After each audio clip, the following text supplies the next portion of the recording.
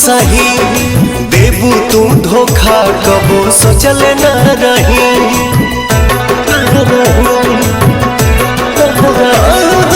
लोगवा के बतिया कई दिहल तू सही देबू तू धोखा कबो सोचल न रही।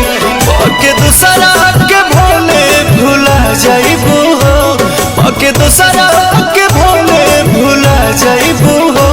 आँख से आँख अपना मिला पाइबू हो, आँख से आँख अपना मिला पाइबू हो।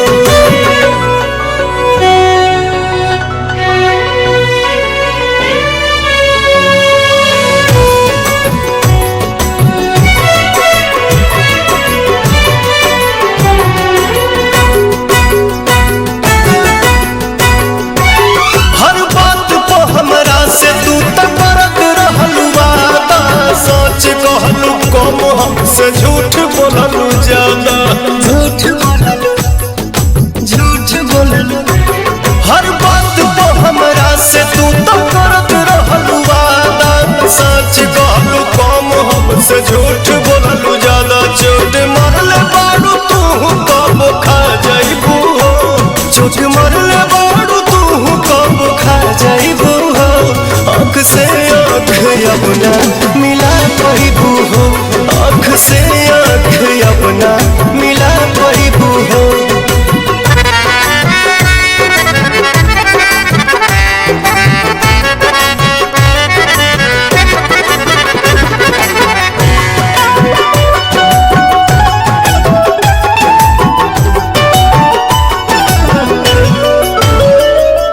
टिकबू न कहीं तू जल्दी हाल रही ऐसन, हर केहू मिली नया जात पवन जैसन। याद पवन